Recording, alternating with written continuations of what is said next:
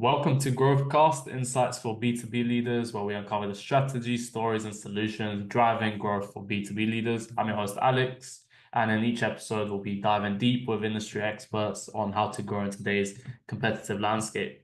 Today, we have Jonathan as our guest from Insight 6. Nice to have you here today. Thank you, Alex. For our audience's context, do you mind doing a brief introduction around yourself, how you got to today? Crumbs, where do I start? Well, my journey, I guess, started when I was 18. I did all my management training at Harrods in London, and I learned everything about customer service there, really. It was like the University of Life, I suppose. I did a couple of other roles then into leadership, training, development, bit of systems as well, introducing training systems. So by the age of 26, I had quite rounded knowledge. I never went to university. I wasn't overly academic. I sort of struggled a bit at school.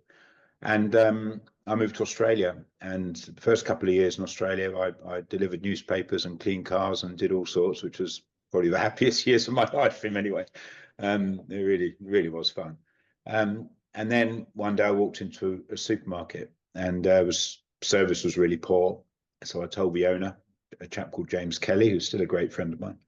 And James said, well, help me. So I did a mystery shop. And a mystery shop is where you send in an anonymous shopper and they write a report on what the experience was like. So in James's case, it was, driving in and what the car park was like and the outside of a store and going through the deli counter, the meat counter, the service on the floor and the checkout, and sent him a report. And he went through it. He goes, this is great. Can you do this twice a month? So it was like, $60 each or something. This is going back. I was 20, this is 31 years ago. Anyway, I thought, oh, that's good. And he was part of a franchise group at the time called Super Value, and they had about 80 stores in Western Australia. So I slowly got into that group, and then I got into another group and it just grew and grew and grew. And we then got into the Eastern States, and then we got into New Zealand. So we ended up with thousands of supermarkets and cinema groups and restaurants because it was growing not only in that sector, but across sector as well. And it was great. It was great. We managed it all ourselves. We owned it all ourselves. And then about 14 years ago, I'm obviously English. I had 3 children and decided I wanted to come home. So came back to Sussex, scratched my head for a year thinking, what am I going to do? And I walked into a supermarket called Jempson's in East Sussex, and it just happened again. And then I spoke at a farm shop conference, and I had all these farm shops ringing me up, and they said, well, can you help me? So we did the mystery shopping, and then they started ringing me up saying, I've got your data, I've got the report, but I'm a farmer, I don't really know how to talk to my teams, and I can sell a bag of carrots, but I've got to talk to somebody here to help develop them. Can you help? Yeah. So I ended up going all around the country helping these businesses. And I thought, you know what, I lived in Perth and I'd flown, I think, 45 times across Australia. I thought, I don't want to be away from home. I don't want to be on the road all the time. So I need to find a different model. Excuse me, sorry. And so I looked at franchising, and I joined the British Franchise Association, did loads of research into it. And I thought, yeah, this could work. This could be quite good, because in effect, what you could have an expert in each county who's an expert in those days. We were called Shopper Anonymous. We were purely really a mystery shopping company with a little bit of training and coaching. And they're local, they'll get known, they'll be known as the expert in the area, and we could really grow that model. And we did. And 6 years ago, we rebranded to Insight 6 because we started getting into professional services, law, accountancy. And that came about because I spoke at a conference and we recorded businesses' answer phone machines and I played them on stage. Yeah. So I said to the businesses, how good are your customer experience? And they said, yeah, we're good. We're going to play a few of your answer phones now. And wow. And the movement in the room, the squeaky bum time, it was great. It was really good. And one of those was a law firm, a guy called Chris Randall from Mayo Winn Baxter, who's still a client. He's a lovely guy. And he sort of came up to me afterwards with a lady called Lara Squires, actually. And May said, yeah, this is interesting. And we got into law. And I thought, law is you never would think they would invest that much in customer experience. And it became a big thing. And, today we work with more than 250 law firms across the country. Wow. So, and then we rebranded to Insight 6. because we're a customer experience business. We don't just do mystery shopping as half of what we do now. So, and it grew from there. And today we've got 28 franchisees across the UK. We're the largest CX provider in the UK. We're the only franchise model in the world, and the only business that does what we call end-to-end CX, from mystery shopping through to training, mentoring, coaching, right to the end under one roof. So it's, for our clients, we kind of complete the picture. That's really interesting. So from delivering newspapers, becoming a mystery shopper to now own a franchise. I have a lot of questions around the franchise model now you got to that. But before that, tell me, so you got asked to be a mystery shopper in Australia. When you came back to the UK, what did you say to the supermarket to be like, yes, be a mystery shopper for us again? Well, I think I just rung them up and said, it was actually another group as well called Booths Supermarkets, who are very famous. They're a cut above Waitrose. They're real high end, and they're up in Lancashire. They've got 28 supermarkets. Yeah. And I went and visited some of their stores, and I just rang up the ops director and said, this is what I've done in Australia. I've moved to England. I think, I've been in some of your stores. I think we could help you. And he was great. And he said, yeah, come and have a chat. It's funny, isn't it? Just pick up the phone and ask people. We don't do that enough these days. We send hundreds of emails to people asking for business, but actually just pick up the phone sometimes. And if the timing's right, if they go, yeah, actually, we've been thinking about that. And it was, and with Jempsons and Booths, the timing was right, and we got into those brands. So that's kind of how we did it. We just spoke to them and talked to them. Yeah, Definitely. I completely agree with the pick up the phone during my time at Gartner. I spotted all my other colleagues, they'll just be sending emails but getting no responses. And I'll pick up the phone on Friday afternoon when I know everyone's doing admin, so they will pick up the phone. It's not a Monday cold call. And I'll get so many more booked calls and business through that way. And that's something I've kept in. So completely agree with that. yeah. But now transitioning to the franchise model, what made you pick that up as opposed to just hiring a director in Sussex? Yeah, that's a very good question, Alex. I think when I came away from Australia, I had quite a big team in Australia. And when I thought about setting up over here in the UK, I got a bit of paper and I put a line down the middle and I go, well, what did I like about, what's the things I'd like to do again? What part of the business? What are the bits I really don't want to do again? And the bit I didn't really want to do is manage a large team, because I like getting out and talking and talking at conferences and all that sort of stuff. And I found myself just dealing with problems all day from a team. I'm not saying I don't have some problems now. Yeah, of course I do. Everybody does. Yeah. But it took a lot of time, and I just thought I don't really enjoy that direct management, really. And so I decided I just wouldn't do that again. So therefore I need to find another model. Well, one model would be just have a team of consultants who you contract work out to. Yeah. But then that's quite damaging in a way, because the standard will be up and down. There'd be no consistency. We also had a really good mystery shopping system. So I have this system I could utilize sitting there, which of course the people who bought Australia and New Zealand were using now. And I thought, this is a great asset. I need to use it. And so, we started recruiting the mystery shoppers to do the work. But you need a local person. I thought, well, we need a local person not only can organize all the researchers, but we need a local person who can go and business develop. And there was definitely a market for,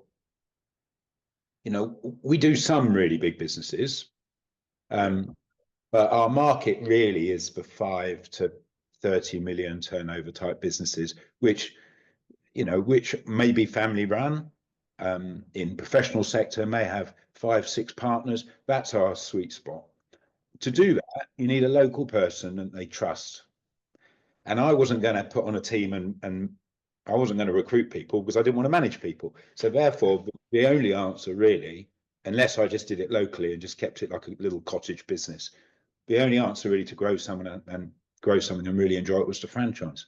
And so that's the path I took. And I did a lot of learning. I joined the British Franchise Association for a few years. I learned loads from that. And then really you just got to jump in the water and give it a go. And I think franchising is interesting. It's misunderstood generally. I think I watch Dragon's Den and someone comes in with a franchise concept and no one invests in it.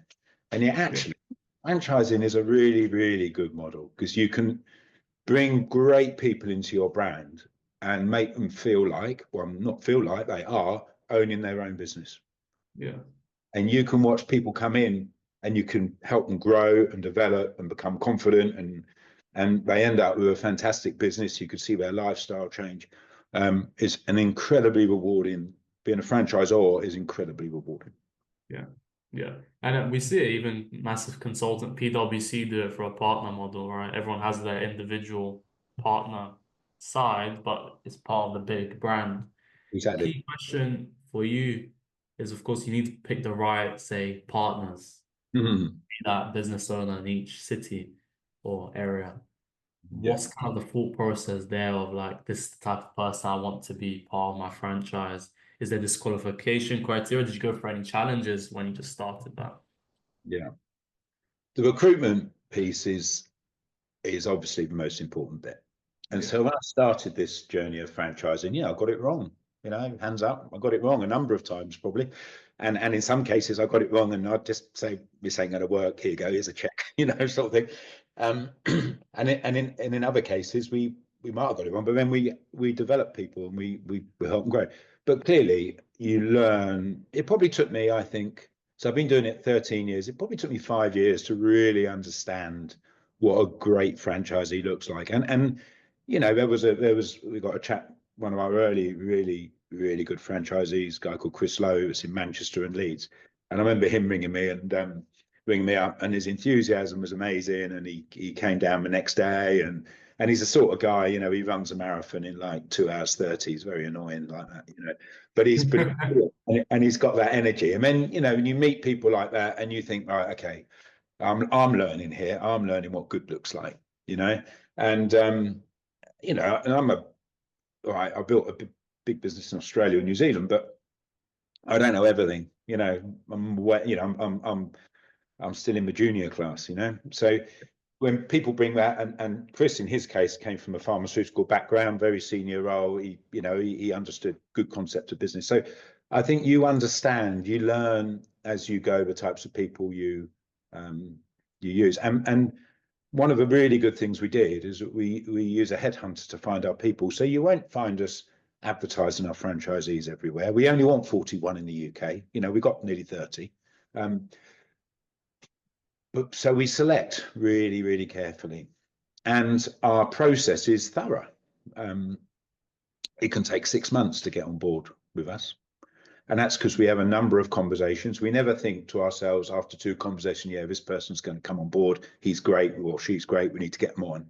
We do it very gently, very carefully. We have initial discussions. We take them through a full deck of what it's all about and how it works. It's very important their partner is behind them. It's probably the most important criteria of a partner, because we know in the first 18 months it's going to be difficult. If you can imagine, Alex, you've got someone that's got, most of our people that come to us are highly paid senior people within big brands, you know, the Tesco's, the Sainsbury's, the, you know, Costas, the mainly.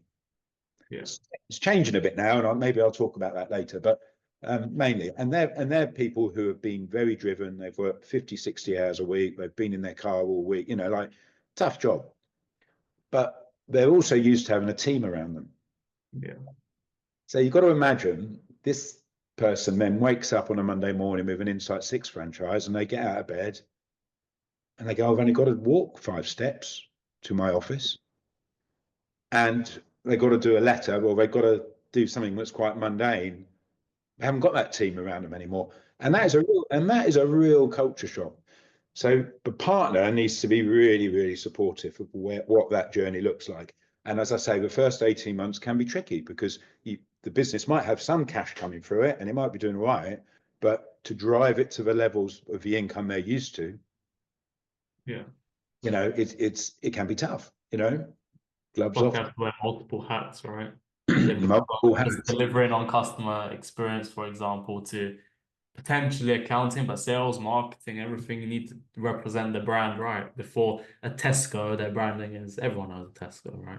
Yeah, they put it off the shelf and it's done. You know, like the ops manager there just knows it's all done for them. You know, so it's excuse me, it is a real challenge. And one of the things you know, they have a researcher team, a mystery shopping team, and they can have 20 people in there, you know, and they got a job that needs doing on a Friday afternoon. The person rings up saying, "Oh, I can't because of childcare. I can't do that job," or, you know, "I've got to go and visit my parent because he's ill." Okay, well, you got to deal with this stuff, you know, and that's part of it, as well as then the next day, the next minute, you could be presenting to a board of a legal firm with a £50 million turnover, telling them how they need to transform their CX. So that is a curve, that is a learning curve for a lot of people, you know, and that's one of the challenges. So going back to your question, I need to be very, very in tune with their own emotional intelligence around taking on those challenges and being able to, you know, develop themselves to follow the model with their personality to deliver an exceptional experience to all of their customers. Yeah. I think you've done a great job. I spoke with Ryan a few weeks ago, and great guy. I can see he's a great partner to the franchise. So that was a really interesting conversation. Yeah. Did he tell you the story? What was the story? Well, I remember Ryan. See, Ryan was a classic. Ryan was very senior in you know, a high street brand with Boots, yeah. And you know, lovely guy, fantastic emotional intelligence, you know, really in tune, not only with himself but with business. And after about 6 months, I remember I was driving through North Wales one dark night. It was hammering down with rain, and I was lost. And, you know, I was thinking, "Oh God, what am I doing?" I got this phone call from Ryan, and he literally kind of said to me, I'm really struggling with this, you know, it's a real struggle." And I remember pulling over in this little muddy lay-by, and for 90 minutes we just talked. And that is what, you know, if in any business, if you've got a problem, talk to somebody. Don't look in the mirror talking to yourself. Go and talk to somebody else. You know, for goodness sake, get it out and talk. And we talked, and, you know, Ryan will tell the story of kind of the next day he ran up the highest peak in Devon, and he sat and he said, "Right, if this is going to work, I've got to make it work." You know, and then he went and did some brilliant things. He wanted to understand the professional services properly, so he went and put himself in a professional firm to learn all about it. So then when he goes to talk to potential clients, he's got that knowledge. He understands what that's all about. You know, and he's got a fantastic business. Yeah, he's got a fantastic business. That's really interesting. Really happy that he's grown from that point to now a successful business. Yeah, and an individual, you know, he again, you know, he was in a corporate business for 30 years of his life. You know, again, it's you get a scary jump. Yeah, exactly.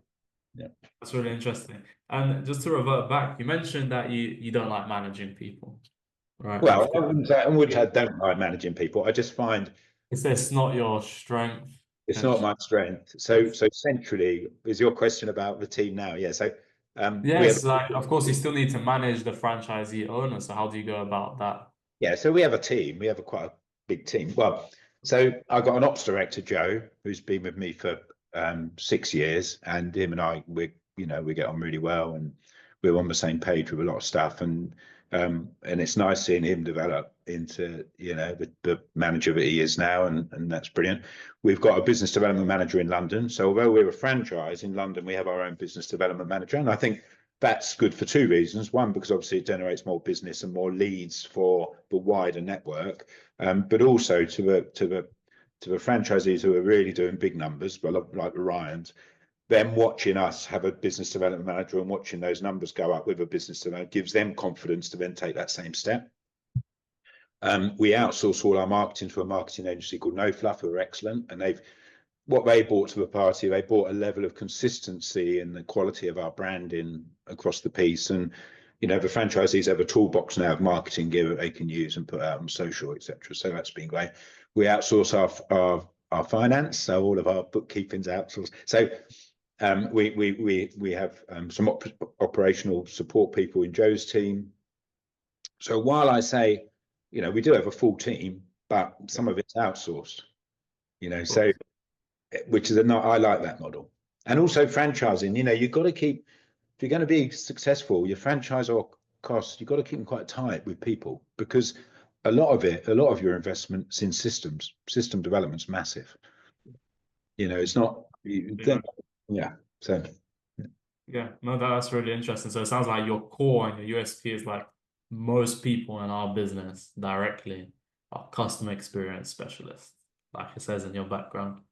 Absolutely right. So we want, so if you're a business in Salisbury, let's say, in Wiltshire, yeah, and that may go, God, I need some help training my team in customer experience. We want them to think, Richard Knight, he's the man. He's our specialist because he's well known doing what he does, and that's what we want across the country. It's that, right? We are getting that. We are doing that. And what's the future hold for Insight 6? Is there more expansion across the UK? There's only so many areas or cities you can go into, right?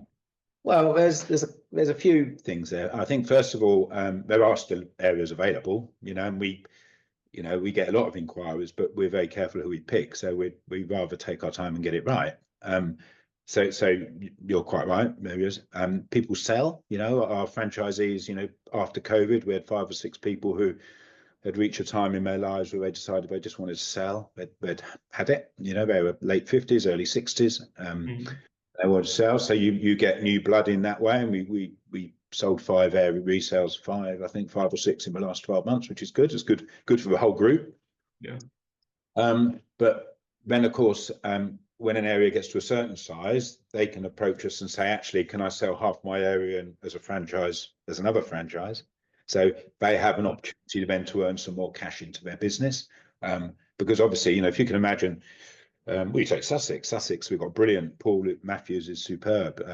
But it's a massive area. There's a lot of business, it's 2.5 hours end to end. There might come a time, and not speaking on behalf of Paul, but there might come a time where he says, well, actually, this is great business, it's really big. East Sussex, I can divide it into 2. You might. Or we might put a business development manager into both areas, and that might be another way to go. So what we try and do is give our franchisees who are most successful ones, the choice, so they can drive their business up. And then of course there's overseas. So we are looking at overseas, which again is a whole new learning curve because you've got language, you've got culture, etc. But I was out in Singapore recently, and we had discussions there with the franchise associations out there, and I think you can drop it in. But then you've got the legal side as well, So yeah. I wouldn't have thought Singapore. I would have thought the US. Well, everyone says that. Legislatively, that's a little bit tougher. Yes. But you're quite right. I guess probably it'd be more of a case. No language barrier there. No language barrier. Franchising is massive, so it's understood. It would probably be a case of, you can either sell a master franchise to someone in a country who then franchises it, or you can go and franchise it yourself in that region. So I guess if someone approached us from America who convinced us that they could be a brilliant master franchise, then that's probably worth a really good discussion. Us going out, it's a lot easier to go to Dubai and do Dubai, Saudi, and have 4 or 5 areas there, or go back to Australia and New Zealand because I know that so well, or Singapore's and Bangkok's, that's a lot easier, probably, unless someone approached us in America. Yeah. But I mean, the Middle East is a booming area, so I can assume that's a place to go. Especially with their customer experience, they're bringing a lot of Westerners coming there, moving there. They probably need to optimize the culture a bit more to deliver that kind of customer experience that they're used to. That's probably the hot spot for us at the moment. If we were going to go anywhere, it would probably be that. That's the first point of call. But we can also do these things at the same time. We wouldn't necessarily do one or the other. We can juggle. So as long as you can get the right people, like you say, and go through that vetting process, that's really interesting. So you have an external recruiter that gets the right franchisee owners, and then you have a business development manager winning in business. Yeah. What's been some of the challenges of winning business, especially across the years before you had that business development manager? Well, the business we got would be reliant on our franchisees. So you'd have a third of them who are brilliant at signing up business. You have a third who are quite good. You have a third who's forte, probably the early adopters that we brought in, who weren't brilliant at business development. So the challenge there is the frustration is looking on and seeing, oh God, I wouldn't do it that way. You need to do it this way, and coaxing them and bringing them, holding their hand and bringing them on. You can't just. It's not like having a business development manager where if you're not happy, you can sit down over a cup of coffee and have a blast discussion and get it sorted out. You know, you've got to take people with you. It's a difficult gig being a franchisor. It's difficult. You've got to take people with you and make them see the benefit of what you're trying to achieve without them thinking, well, he's just after it for himself, which I never felt I have ever been. You know, and make them realize you're just trying to help them. You know, these are senior people who have a pretty strong mindset at times.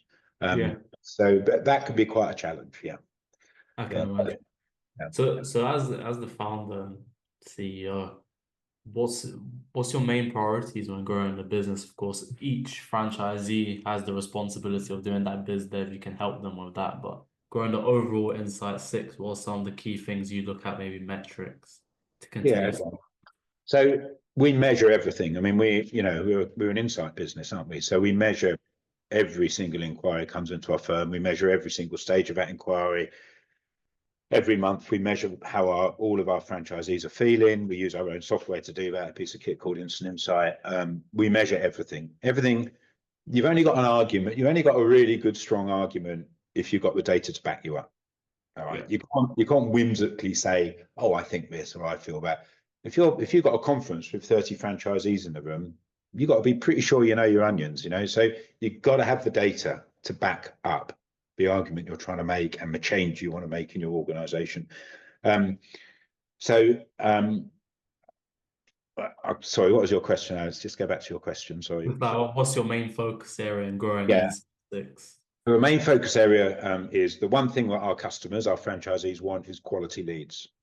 Okay. They always, if you ask them 3 things they want, they go leads, leads, and leads. All right. So our main focus centrally is lead generation, although we make it pretty clear the whole idea of having a franchise and having someone in an area to become the CX superstar is to develop their own leads as well. So that might be around us helping them develop leads. It might be us lead development. So, for example, I'm a public speaker. I can go and speak on a big conference with thousands of people. We can end up with hundreds of leads. You know, that's great. And we dish that to the franchisees, and within a day they're talking to that business. Within a month they can have a program up and running. You know, so number 1 priority is developing good leads. Number 2 priority is, for me, is measuring how those leads are handled by the franchisees, the quality of their work to get those brands on board. So that part's all around leads. Systems and innovation is another part. So AI's coming on leaps and bounds. You know, its development, everyone knows, in the last 3 months been quicker in the last 5 years. And, you know, where do you put your money? So where do you invest in something now that you know in a year's time is going to be old and obsolete? You know, that is, I think, my number 1 budgetary challenge in this business. Whether to wait or not. Yeah, exactly. Do you wait a little bit? Because a year ago we could have invested, you know, tens of thousands into AI. Because if you think about it, just on the mystery shopping side, which is half of what we do, we've got loads of data because there's loads of storytelling, there's quantitative, qualitative, loads of data. AI can cut that in a second and can say to the client, this is what the 3 things you need to focus on based on this data is boom, boom, and boom. Yeah. 2 years ago, we would have had researchers sitting in a darkened room for days to get that information out. You do it right. But we know in a year's time, that would be totally different again. That would be at a totally new level. So we have to be really, really clear about what our objectives are and how. But at the same time, our customers expect us to be doing that. So they're used to programs that are doing that now. You know, we have this meeting. They get a report straight afterwards, all the key points of the meeting done. They don't have to take a note anymore. The same with our systems, you know. So we are developing that. We are doing that. But that scares me quite a lot, I think, because I just how obsolete does that become? How quickly does that become up? So, and then systems and system security is massive. So we've got a system called Instant Insight. This is where our clients are getting consistent feedback from their clients, mainly in the professional services. So, you know, we've got 150 brands using our system, our Instant Insight system. You know, a law firm is obviously and quite rightly very protective of their data. They've got the only client information we have is the name and the email address, but still, that's really, really important. So data security, making sure no one can hack it. We've got, you know, countless systems in place to ensure that doesn't happen. So they're probably the two big things. The lead side, the IT side, the security side are the things that I think are absolutely crucial to us. But then, of course, the other side, there's the whole emotional side of the business. So, you know, I can get a call today from one of the team who's having a hell of a time on a personal level, and you've got to be able to take your business head off and put your friendly head on and be compassionate and kind and support and do all those things as well. But, you know, it really is. It's a great job. It's a great job. It's a great business. It's a great job to have, because you never know what's going to. Every day's a different day, you know. So. Yeah, well, definitely. I feel like that's the difficulty as a founder. You have to wear all these hats and be compassionate to employees, but also know when to give that stern word and give them the kick up the arse, basically. Be like, okay, you need to deal with this. With the AI concept. Before AI, there was that concept of every 18 months information doubles. I feel like with AI, it's every 2 weeks these days. So the obsolete feeling I can imagine as well. But on the lead side, you mentioned a lot of them come from conferences you do and your speaker. I assume there's some cold outbound as well in that aspect. How do you identify the right leads, the right pain points? Because from my experience when I was at Gartner, we had a customer experience sector where we'd give best practices around that. But when I was speaking with my colleagues and selling that product, the CFOs of these larger organizations be like, we need to prioritize sales, marketing, supply chain. Customer experience is a lot lower down on the list. How have you come about and said, okay, you should be prioritizing customer experience because of X, Y, Z? Well, CX is starting to go through a golden age, Alex. So since COVID, yeah, it's customer experience is going through a golden age. And I think if you talk to most CEOs now, especially in the professional sector, but probably every sector, customer experience is always on the agenda now. Pre-COVID, probably wasn't. It'd be an AOB issue, you know. But I think now, because of the likes of Amazon and Netflix and Microsoft and the way they delivered their services during COVID, every customer's got used to that. So if firms aren't delivering something close to that experience, to be honest, they're in a little bit of trouble. And or they will be in 5 or 10 years' time, definitely. So I think companies have self-educated themselves by watching that and themselves having that, you know, knowing that if they order something today, it's here first thing tomorrow and it works, you know, is an incredible innovation. Really think about it compared to 20 years ago, amazing innovation. So well, Amazon sometimes the same day. It's unbelievable. Yeah, it's unbelievable. It can be in hours, can't it? I mean, I heard that Amazon supermarkets in London, the quickest delivery was 6 minutes. really? Wow. So someone put an order in and within 6 minutes that was delivered. Now, They must have lived in the same building or something like well, I that. don't know, but that's the story's Yeah. the story, isn't it? That's and then people go, God, how can we do this within 2 hours? You know, whereby 5 years ago, oh, we're going to deliver your groceries to 2 hours. You'd think that's rocket science, wouldn't you? So I think luckily for us, and it is luck, really, COVID was good for us, really, because COVID actually got people thinking more about customer experience. Now, going back to your question, when we talk, the way we generate our leads is when I speak at conferences, what we actually do, we've actually mystery shop the audience and they don't know. Interesting.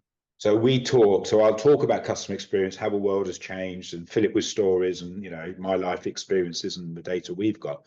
But then we put the lights up and we say, hands up, if I put an inquiry into your firm today, how confident are you that your team would handle that brilliantly? Put your hands up. Normally about 5% put their hands up. Now tell me, how many of you think it would be handled quite well? About a third put their hands up. How many of you think it probably wouldn't be done particularly well? Another third. And how many don't know? Most hands go up. Yeah. So when we say, well, actually, we've put an inquiry into all of your firms and I'm going to tell you how good you are. Interesting. And the oxygen goes out the room straight away. People go, they're going to put my brand up on the screen, you know, which of course we don't do. But then if people, it's generally, if I, you know, without going into too much detail, but generally it's about acknowledgement of the inquiry going in. It's about the speed of response and about them following up on that response. Nobody follows up on inquiries in the UK. It's biggest. If you want to get more business, learn to follow up properly. Given, right? No, it's the number one sales rule. It's the number one sales rule. And that isn't an email. That's a picking up the phone and asking for business. And there are things you can do to get your team on side with that. It's not that difficult, but you need to know the magic to make that happen. And of course, they then all say to us, "Well, can I see my report?" Yeah, of course you can. We'll put a date in your time in your diary, 20 minutes. We'll send you the report. We'll go through it with you, and that's how we generate our business. And they love it. They love it because they get a complimentary report, which they can go and do something with their team straight away with. It works really well. Yeah. So you instantly slap them with problem awareness right in front of their face, so they have to consciously think, "I need to improve it." Or with some, well done. You're brilliant. You're brilliant at what you do. But I guarantee that if they listen to the talk and when they read the report, there will definitely be 5 to 10 simple things they can do that will revolutionize their CX. Guarantee it, because it is actually quite often just about the basic stuff. Yeah. So it's always the basics that people get wrong. Yeah, we have. We do programs. We take on a new firm and we're putting web inquiries into their firm. We do a thing called baseline. This is where you might have a sales team of 40 people, say, and we say, well, okay, we're going to place 80 inquiries into your firm over 2 months to try and touch every person twice, phone inquiry and a web inquiry, and then we're going to come back and present that. We call that a baseline program. And we have instances where we say, right, we're going to start today, and a week later the firm will ring us up and say, funny, we haven't had any web inquiries or email, through the website, through the page, we haven't had any web inquiries. And we said, well, we've sent them. And they find that all of their inquiries are either going to spam or there's an error on the page. That is not uncommon for that to happen. So instantly, because they don't do it themselves, one thing that anyone can do is go home tonight and put an inquiry into their own business and see where it lands tomorrow. Does it land? How does it land? What does it look like? All those things. And there's a small percentage of businesses that never get the inquiries because the page doesn't work properly. So there's some basic things. Yeah. That's really interesting. And what's your one final thought or piece of advice for any other leaders listening to this podcast today to grow their business? What if you were going to franchise your business or just to grow your business, any business with CX? Just to grow your business based on all of your experience. Well, I think just focus on the customer. Know who your customer is, understand their emotional points, understand what they're looking for, and you do that through research and focus groups and talking to them. It's not hard to talk to customers. Just ring them up and ask them. And just get your team in tune with what your customer's thinking.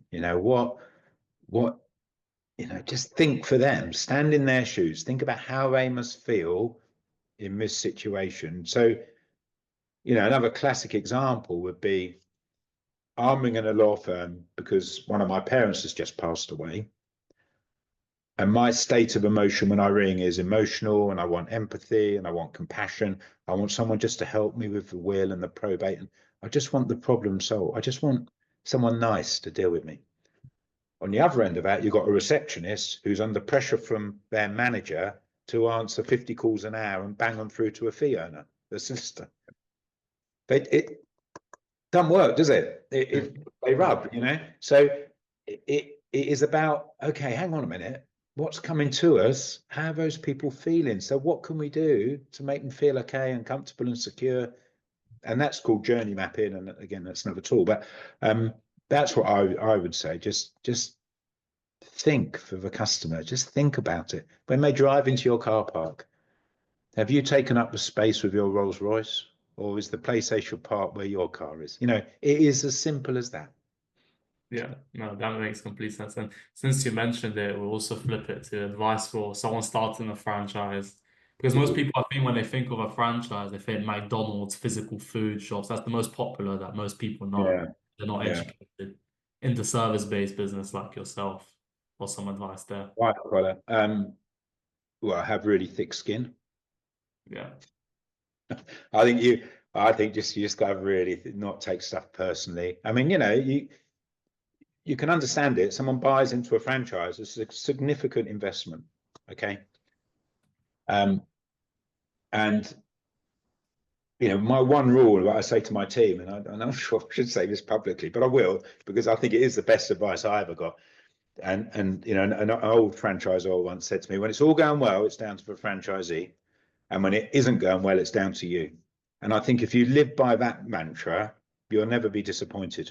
You'll always think, yeah, I expect it. I'll expect all the criticism. And if you measure it on, because people's livelihoods are at stake here. They've got families, they've got children, they've got to pay for education, they've got to put food. You've got to take that responsibility on as well. Quite rightly, you should. You've asked them to, you've encouraged them to do something. So I think you've got to have very thick skin, and I think you've just got to be able to sometimes step back, not get emotionally involved in things, just step back. A number of times I will write an email and I will leave it for the night and then read it again in the morning and send it in the morning. And quite often I might delete it, or I might just pick up the phone, So, and I think I've got, I like to think I've got very good relationships with my team, my franchisees. But I can imagine if you've got a franchise group and you've got hundreds of franchisees, it must be a nightmare.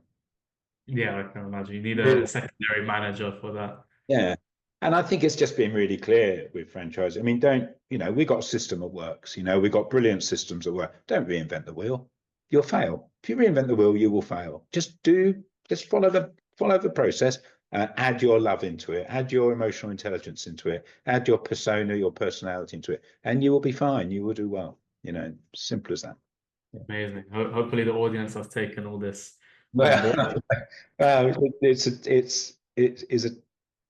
would I do it again? Yeah, of course I would. I'd do it straight again. But I'm not saying it's easy. It's difficult. Yeah. Well, thanks so much for being a guest on today's episode. Really appreciate it. Hopefully we can have you in a part 2 in the future. Lovely. And regarding the podcast audience, thanks so much for listening, and see you on the next episode. Take care. Thanks. Good.